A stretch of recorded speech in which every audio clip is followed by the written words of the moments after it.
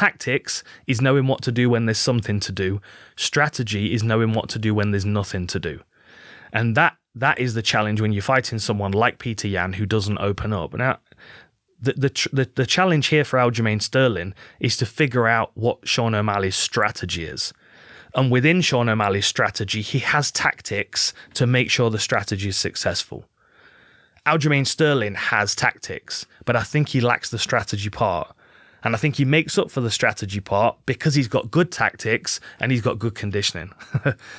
I know that might sound kind of confusing, but if you can separate off the words tactics and strategy and see what's different about them, like tactics they're the nuts and bolts within the plan, right? The tactic is he's going to throw his jab, I'm going to slip off and counter, or the tactic is he's going to throw a body shot and a counter with a hook to the body, or that he's going to level change, I'm going to search for his neck just to scare the hell out of him and force him to bail out.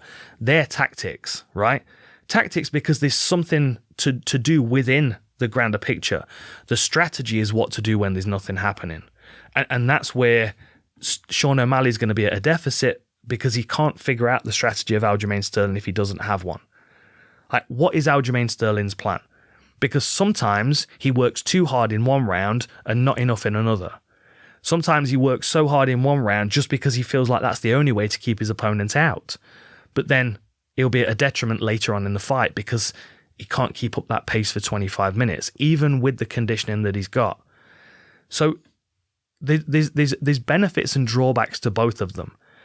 Now, one thing I do want to add in as well, because I've seen Aljamain Sterling hitting pads with Eric Nicksick, and I'm hoping that there's some additional things that have been added to his game, because a new look and some new striking skills would go a long way to making Aljamain Sterling a far more well-rounded fighter.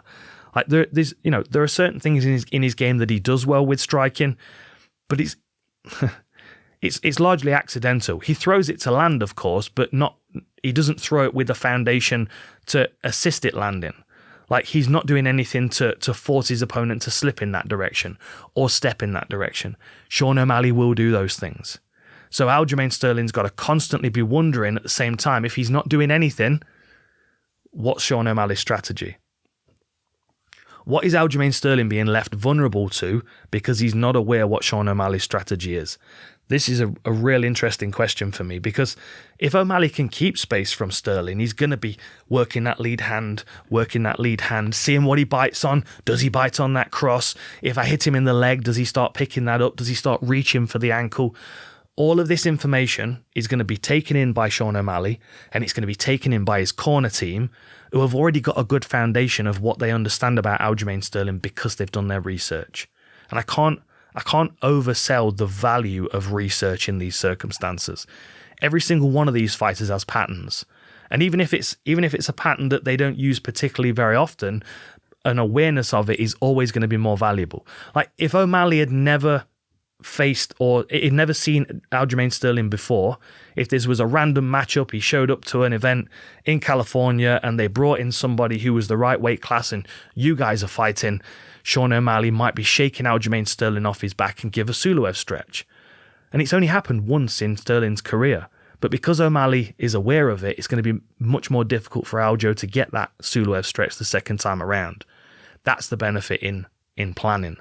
And we saw O'Malley do the same thing, or O'Malley's camp at least do the same thing with Peter Yan, recognizing that he reaches and he pulls his head back. Sterling makes some of those same mistakes as well. So O'Malley's going to be trying to make the most of those opportunities.